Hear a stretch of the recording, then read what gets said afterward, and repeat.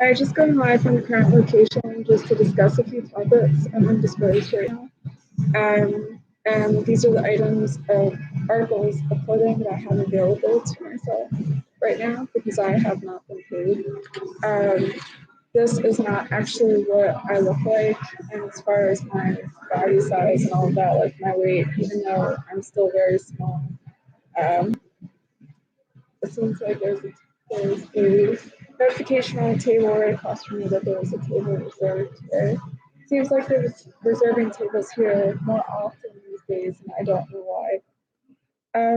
So this is not what I look like. Let's start there. So I'm a very beautiful woman, and I'm not saying that like this reflection isn't beautiful, but this is not me, and it's very ugly in comparison. And I'm sorry to have to say that for people who might look this way, whose self-esteem has been attacked over however many years, that didn't really get to cultivate or curate a sense of their own identity as far as the centrality of the physiological sensation of a body scan and the language associated with that, and the assured nature of uncertainty amongst strangers, to relish in the zeal and zest of your existence. Um, this is a waste of my time. So if any of the siblings to Carolyn wanted to connect with me, as far as the grievances with regard to the events at the cafe on 39th Street, I never wanted to go back there after addressing Whitney, who claimed to be the manager, who is not me. I never wanted to go back to that cafe. I do not see Colin, and I'm sorry to my brother, I don't see Colin as a worthwhile investment. Um, and I don't know what's going on with Colin's twin brother. I may have seen him once or twice, not more than 3 times, and he seems to live at the location where there was one specific item of luggage, rolling suitcase, and put out into the trash. But I don't know that he lived there when that trash was disposed there. And that was specifically that situation. The trash was like up the steps, so near in their trash spot. So that was a risky situation where even though designated as trash, because there was still a property line or boundary line, which technically goes to the sidewalk, the curb, on the edge that faces towards the house is a property line, and then you step into the street. I haven't been able to speak with city officials as far as taxation, mortgages, and property lines. But I own the land, so I'm not saying that that's a reason to just invite myself onto someone's residence if they're renting and they're paying. They still, have a boundary. Anyway, this is not worth my time. Prior to this situation, I was very self-sufficient. I think people need to understand is that I don't need people in my life. I'm very young, but I make my own money. And I'm extremely autonomous and independent. So this forces a cascading situation of just error prone, giving the wrong people the wrong impression of having a level of mob-like, gang-like power where they keep trying to lethally hurt me. Don't ever bring up William leaving the cafe dressed as a police officer, pushing past me, almost laughing, as if he was too good for me. I have tried my best to be in the inferential reasoning and the leap of still making sense of how I'm here. And this is why I have to follow through and file for divorce. Don't ever try to force me to go back to that cafe. I don't want those people working at my corporation. They are pathetic and they are a waste of my time. They have normalized and rationalized a standard of social etiquette and rapport that is not realistic. I am not happy with Howard at all. I'm not happy with really anyone right now. I'm being held here a hostage. So I need my documents, and I have requested, I'm a lawyer, but I have requested legal representation or consultation to evaluate whether or not I believe or I am confident that people can actually represent me, because I am not confident in that. This is not worth my time. This is not worth my time. This is not worth my money. This is not where I want to be. So no, there's nothing to salvage from the 39th Street Cafe. I'm not walking to the 22nd Street location or the Barnes & Noble location on the University of, I'm not going there. They are disgusting and they are at fault, and I'm going to follow through with filing criminal charges, federal criminal charges against all of those people, and they will pay me every single penny they've ever been paid from my corporation back. There's nothing to salvage. You know, people are going to stalk, loiter, and linger. They're going to find a lame, bogus reason to try to make sense of their pathetic lives and to try to be relevant in some way. They're going to sexually harass and massage me and reference my vagina and whether or not there's a contraction or dilation every time. Oh, you just walked in to see me sitting here with a sad look on my face. Okay. Okay. My life is so pathetic. Why? Look at what I'm surrounded by. Look at where you forced me. Look at who shows up and leaves. Because I can recreate and move on in less than a millisecond. So look at all the effort these people are implementing. Never met you before, don't want to meet you, don't need to meet you.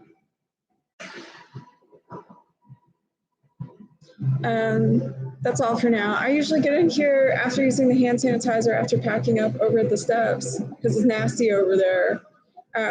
This morning there was a group of possible students that probably didn't really get the test scores to get into the university. I'm not going to be passive aggressive CASA. You're not embarrassing or humiliating me, but they're making a very strong effort to do so is actually very true.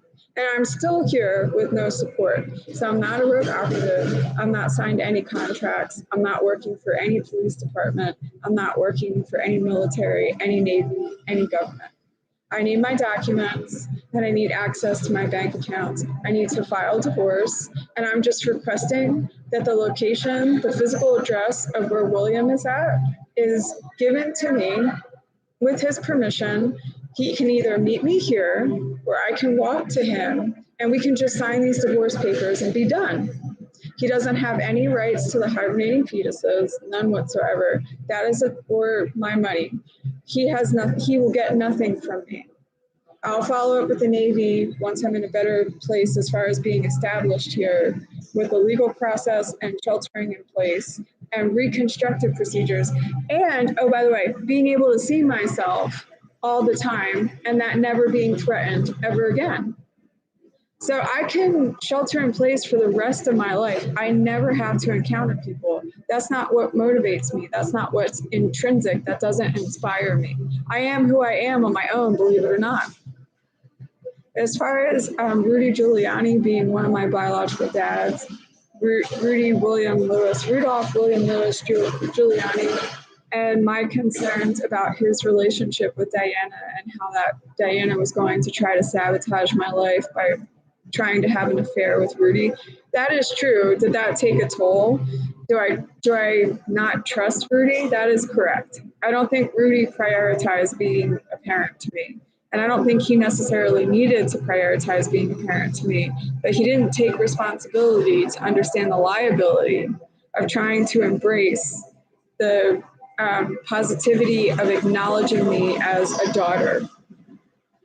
He didn't protect me. He was too lazy, lackadaisical, and that has been consistent for most people that don't care to respect my time and my aptitude and what I have accomplished. You don't need to care about me. I don't care if you care about me. I can pay my bills. Okay, so I can sit wherever I want any second of any hour and be completely fine by myself. I don't want to be rude, I don't want to be harsh, but that's the reality. This is a waste of my time. I don't regret that I have found biological family members and am able to reassess and reevaluate what's viable and connect, but I'm not going to settle. So I am married, or I was married and there's no longer a viable relationship. So I need to get to a place legally where the marriage is annulled and there's a divorce that's complete. Basically, just say the marriage never existed.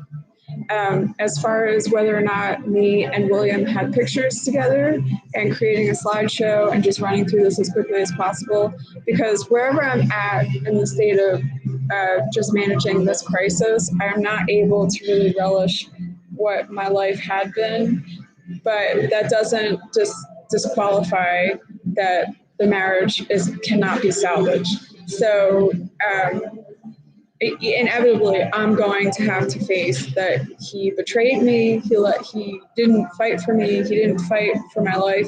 He was willing to walk into the cafe dressed as a police officer and mock and humiliate me and begrudge and denigrate me. He was willing to try to act like he was better than me. So he's not to be working as a police officer, even though the intention was to be divorced. He's not to be out and about at all. He's to be in confinement somewhere. And my understanding was that that was St. Charles Seminary.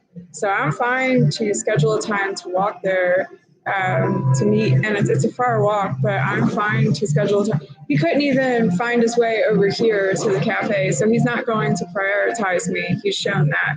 He's showing that he's not mature, he's not ready to be a parent, and he's most definitely not able to be a husband.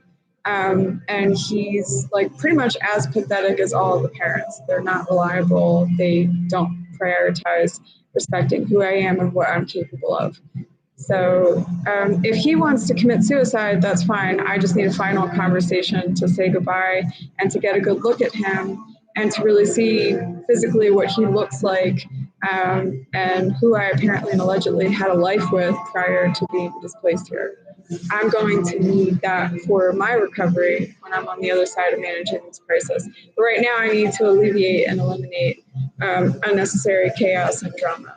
And I'm not being respected because William lets people disrespect me. William Arthur Philip Lewis. So he's not, don't call him Winter. He's not me. And I don't want anyone, I don't even know what I'm going to do with, I don't know how I'm going to work with that alias. So that's my genius. That's who I am. And there was a lot that could have been possible that's no longer possible. So this is a waste of my time. As far as keeping reference points and the constant daily reminder and check of how bad this is, that keeping the picture of the variation of what William could look like in his 40s was extremely helpful for many reasons. Considering having a physiological abortion is very tough and it's very sad. I've bonded with these hibernating fetuses. And this is almost like an ongoing conversation. And to have to say to them, guys, like, I'm sorry, I can't be your mom. I can't even allow you to physically be part of this physical world because I'm not going to honor a man that's denigrated me. And that's really sad. And that's basically like murdering them. And that's really tough to be in this kind of intrinsic spiritual place of, I'm not saying your life's not worth it, but I can't be the vessel that like gets you here beyond where you've been. And that is William's fault. So I don't want anything from William. I don't need anything from William. The time to have, he tried to trap me. William knew that pregnancy was going to be rare for me. I'm not talking about illegal earnings or anything like that. He really literally tried to trap me by getting me pregnant. He knew that the amount of fetuses that I'm different. I wouldn't ever just have one child because of whatever biologically makes me who I am. So I attempted to coordinate communication with the Navy to say, don't do anything to the fetuses that have been forced out of my body right now. And as far as William has no rights to them, they're only mine. And I'm the only parent. I had evaluated and assessed what would, if I, as far as care for them, even through this interim phase, regardless of regardless of what the future is or isn't, I still need to have a conference with the Navy, and I need to see where the hibernating fetuses are at, and I need to be able to spend time with them and really evaluate the options of what aborting them would do to my body and how to set up for the rest of my life, because I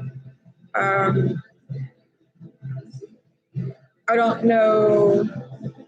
I probably could just start over with a different guy and have children, but I don't know that. My firm is not up for grabs. Like, I am the queen. Like, that is, I am the bloodline. I'm the heiress. I'm the queen, and I do not ever intend to renounce or forfeit my role and title ever. So as far as providing an heir and a spare to my firm, I don't think that William has earned that right to share that privilege with me. And I think this is so horrible. I'm not going to have a bunch of illegitimate children. I don't think that he deserves the right to have any association with me. I can't be responsible for Carolyn's choices either. So that being said, William could still respect me and respect my choice and allow for a final conversation. I need to know how he got here. I need to know what he was told. And if he needs assistance committing suicide. I don't really know what to say, but he's disrespected me enough where what had been my life, I don't know that, like, at some point I'm going to retrieve all that was. And as far as the theatrics of the bereavement and what that could or couldn't be, this is a power play right now to not be considerate of my time. And I'm requesting, and I have requested since the first time I saw him, which was in June or July, about 2.5 months ago, to just get to this location and have a conversation with me, and he won't respect that. So that to me is like, I'm done. He walked out on me, then he left the marriage. That's that.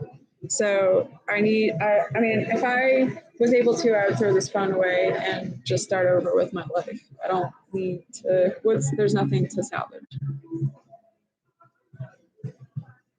So people are going to keep trying. It's not worth my time. I'm incredible. I'm like the most beautiful woman in the world. Are you kidding me? I don't need to settle for this.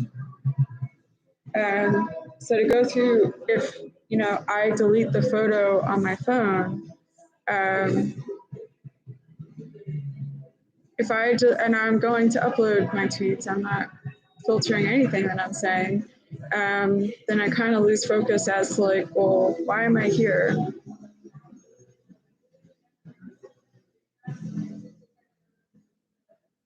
Scott's not respecting me. No one's respecting me. So who can I speak to? Can Shapiro help me?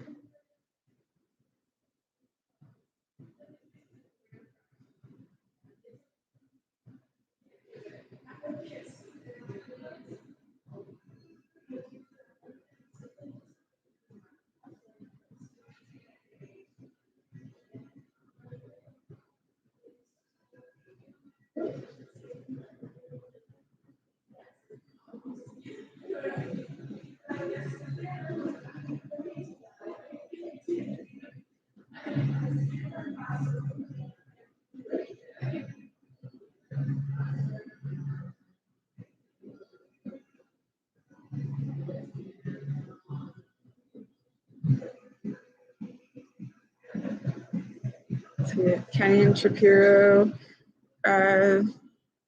Krasner. I don't know that he can help me. I don't.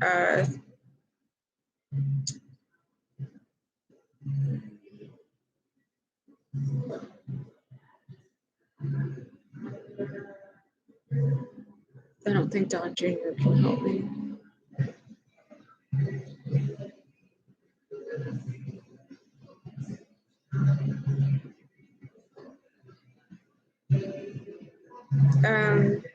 What a horrible introduction to all of my siblings. Here's this loser that's pathetic, that's letting people think they can shit on me.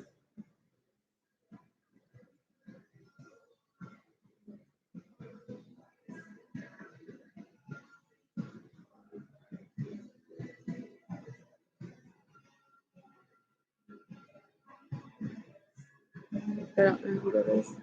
I don't care to know who that is. That's not really.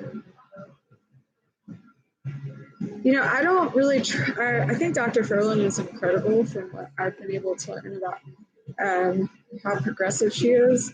And she really works to connect with, to support the endeavors and goals of the people that she professionally partners with as like an expert for people that are like in such a tough, dire, desolate situation in their life, and she assists with them creating language, and I think that's incredible.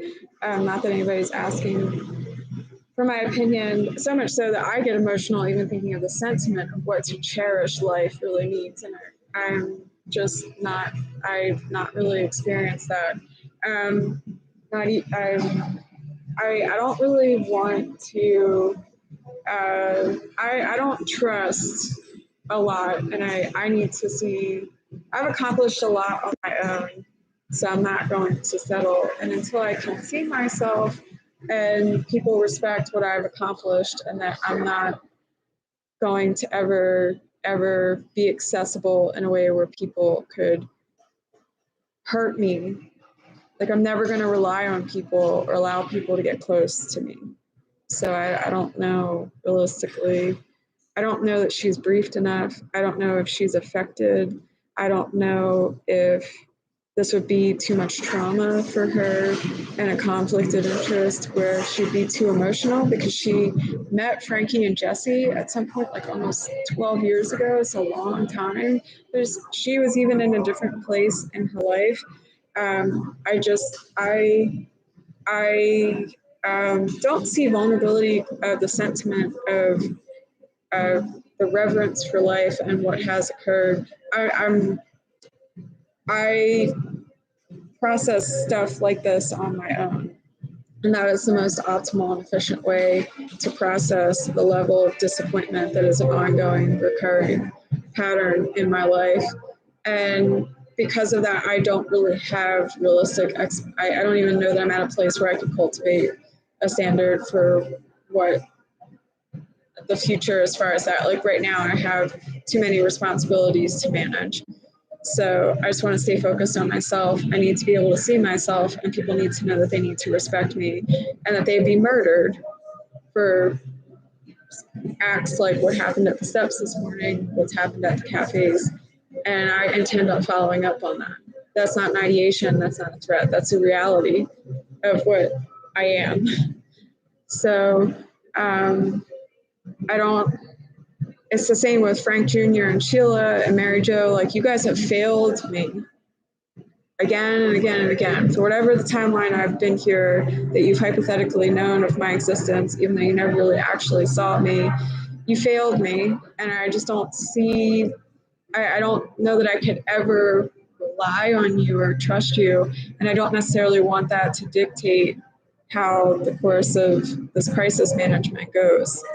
And I don't really have full confidence in the brothers that knew I existed either, to be very honest.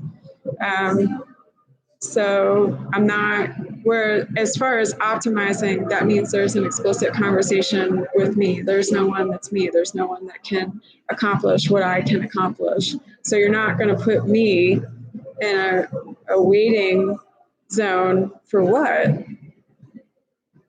So these are tough topics to have to like discuss, because there's an animosity and there's a hostility and there's almost a scaling of a lack of sentiment, a lack of cherishing life and what significant family is supposed to mean and supposed to represent. and I can't be responsible for the lag and the timelines for communication. I've made every effort, and I'm saying this is not work. This is too much. This is too much. You're not optimizing. You're only further compromising my safety, and you're only allowing bad people to continue to be bad people. And I'm saying this is not the right way to proceed with correcting decades of damage. This is my turn. This is my time. You all failed. You gave up. You settled.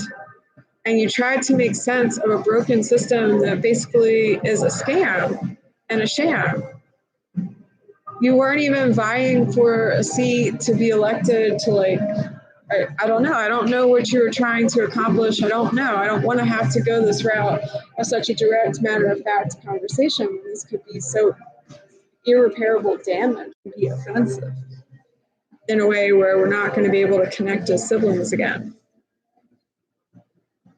But that's part of being an adult and saying, you know what, my life matters. And that's that. I'm not going to be disrespected by William, and I'm not going to be disrespected by Howard or Scott or Paul or Ronnie or Colin's dad, who I recall his name being Cy. I just don't even think he really wanted to be part of the family. I'm not going to be disrespected by Carolyn, by Diana, by John, by Rudy, by Don Sr., by any. I'm not going to be disrespected. I don't have to be strong for those people. You've done nothing for me. You've only compromised and jeopardized my life. As far as the hibernating fetuses, loving me and enjoying this journey with me, that's really incredible and that's really special. And that's why I don't want to have to discuss these morbid topics, because I would never compromise their safety. So I could be totally fine to prioritize them as a single woman. That would be fine for me if that's, and if their dad's dead. That's like, I'm sorry to have to say that, but he doesn't, I think they know that he doesn't respect me and he doesn't deserve me.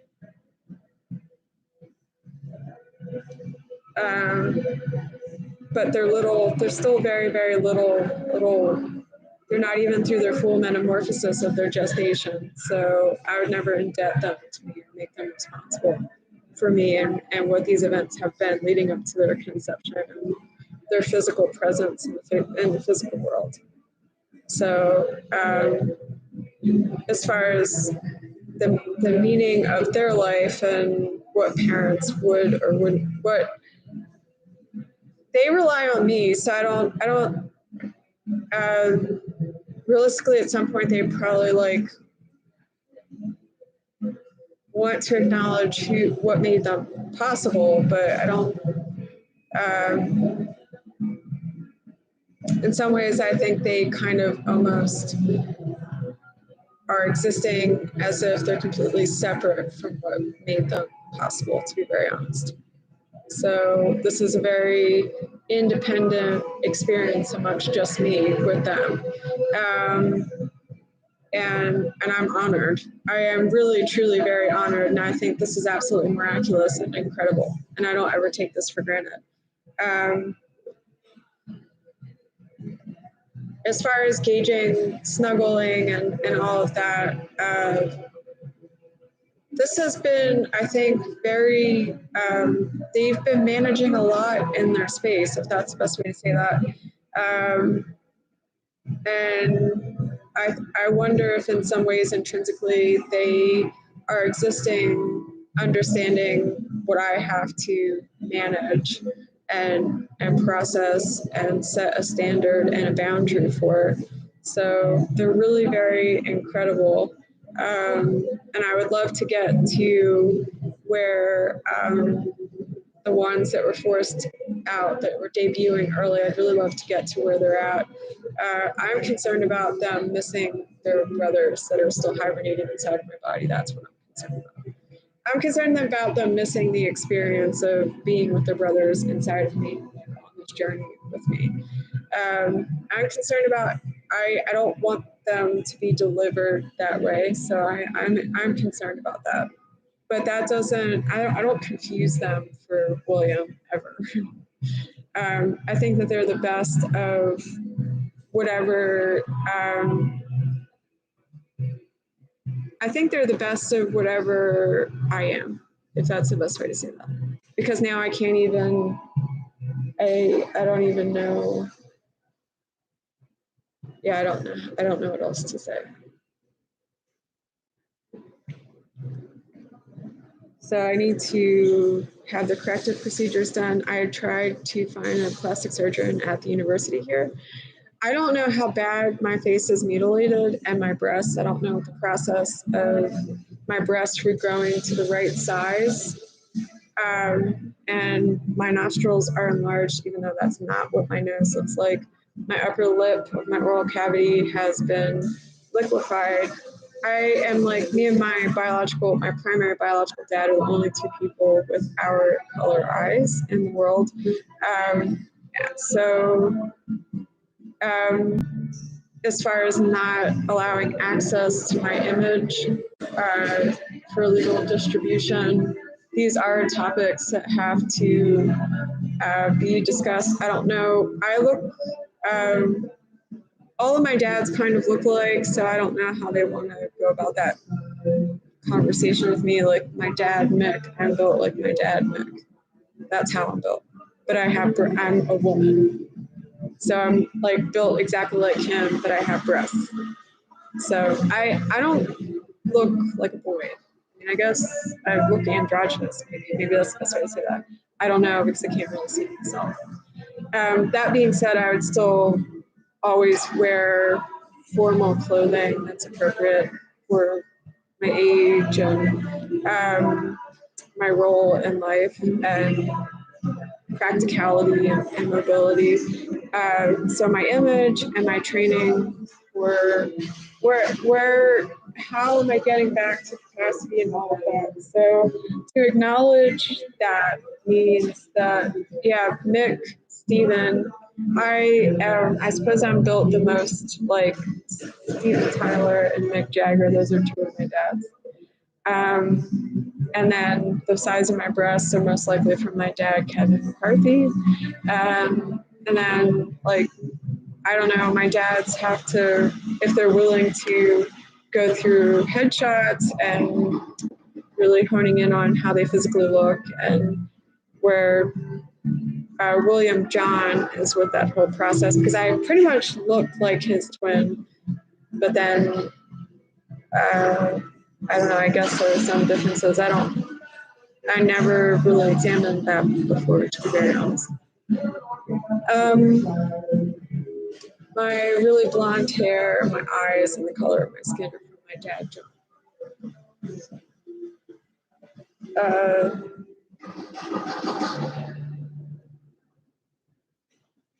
So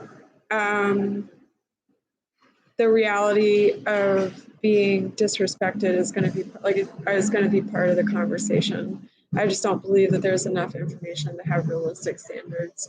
I have not been respected for who I am, so I'm not needy, right? And there's a lot to being near me. So I see this as being too high risk right now and too error prone. And I've defined parameters that could be very easily accomplished to not allow for any unnecessary strife, and nobody's respecting that. No one's respecting my time and my requests. So for me, I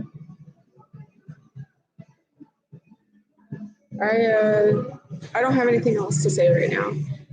And I was going to check the pantries this morning, but and maybe I still will, but I don't. I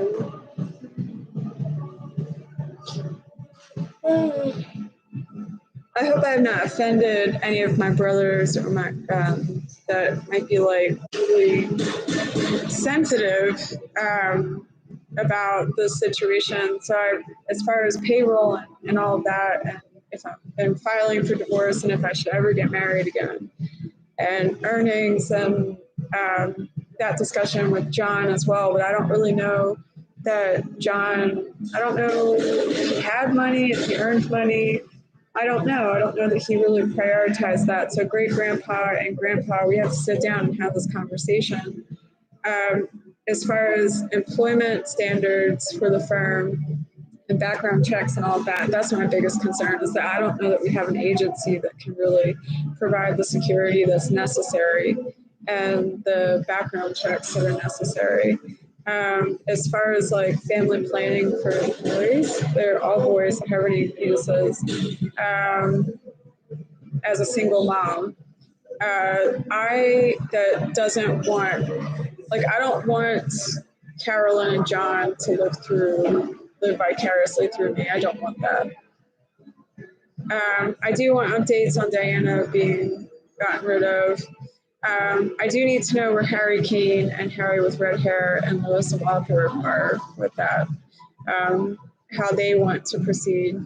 I don't know where Charles Edward, I think my interpretation is Charles Edward is like my parent and would experience life as my parent and be fine with just being my parent. Like, that's how I interpret that. I don't know if that's the right way to say that, but if I said, you know what, Dad, like, I don't want William, Harry, I can't see this being the same, to be honest, ever. So, and then Margaret, and I don't know if Abdullah's the problem, and Willem, we're very close as well. Or at least, I mean, that's what I recall. And Putin is one of my dads as well. Like, I don't know I don't know, as far as them saying my Uncle Phil died, I don't know if they were trying to fuse a few of my dads together and tell me that they were dead. So I can't slow down. I can't not be myself. And this is, I need to like have realistic standards for this interim phase. And me and the boys were accomplishing that. And this is too disruptive and this is not good for us. So we're fine to keep office hours if that is helpful. But we don't know that camping out is really helpful in this capacity. So that's that for me with the boys is what is the topic that becomes relevant again and again and again. Do we forfeit this time camping out, or do we stay the course camping out? Can we get a temporary structure that people won't tow away while we're resting and camp out, or could we camp out if this is the location that's most optimal? And students are going to be obnoxious and they're going to try to find their way to us to be loud and obnoxious and denigrate us. We're not exactly going to soundproof the temporary structure. We wouldn't really take on dorm life, right? Because we're done our education, and the boys and their experience with what formalized education will or won't be for them at that time. That's not their priority right now. So that's not our lifestyle. So I don't know. Their prenatal care, they're hibernating. Our gynecologist told us that they're fine, but I need round-the-clock labs to make sure that they're okay, and I need to make sure Cliff Shots were our go-to snacks, Cliff Shots and Cliff and Powerade Zero and Gatorade Zero. But we, obviously, the Navy that has their brothers that have detoured made an early debut. They've not detoured. I'm concerned about how they're monitoring their nutrition and just making sure that they're enjoying their time in this capacity. So I don't know when we would put the other fetuses back in, if that's the right choice. I am concerned that the boys that are still inside of my body I don't want them to get into a fight. I don't know if people have made more space. I don't know if they've made more space for themselves or if they're really missing each other. We're kind of leaving space for them to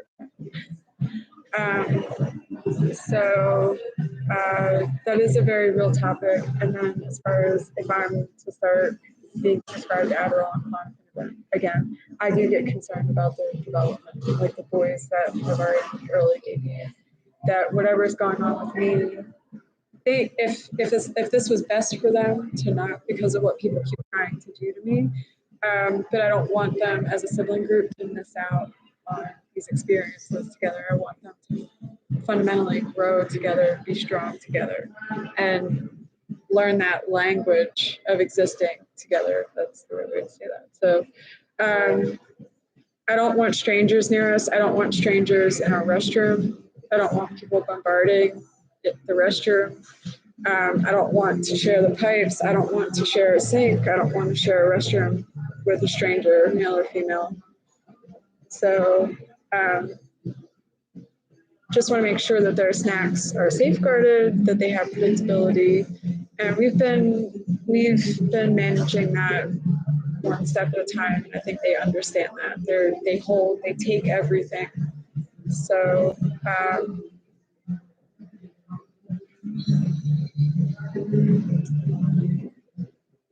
you know, if they want to, the boys want to stay with me through this journey, that's fine.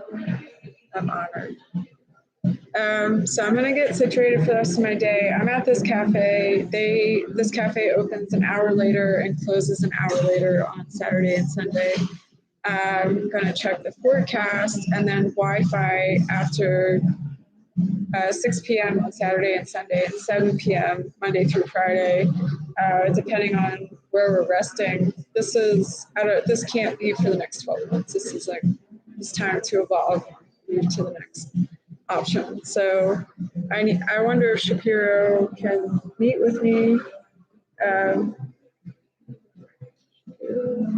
or Dad White. It's not too.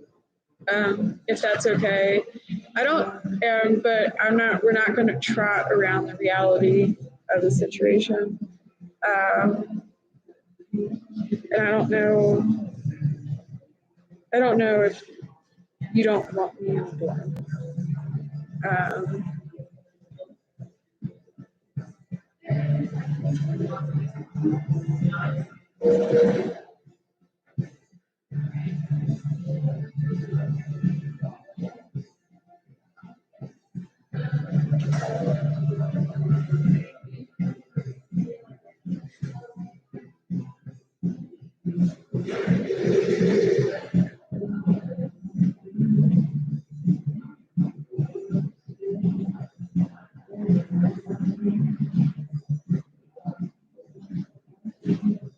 Oh, Amy.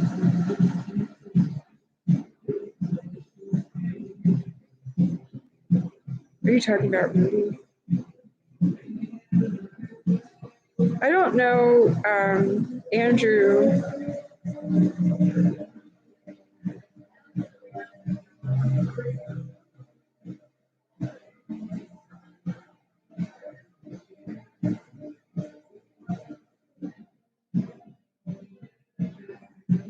So today there's a meal program, and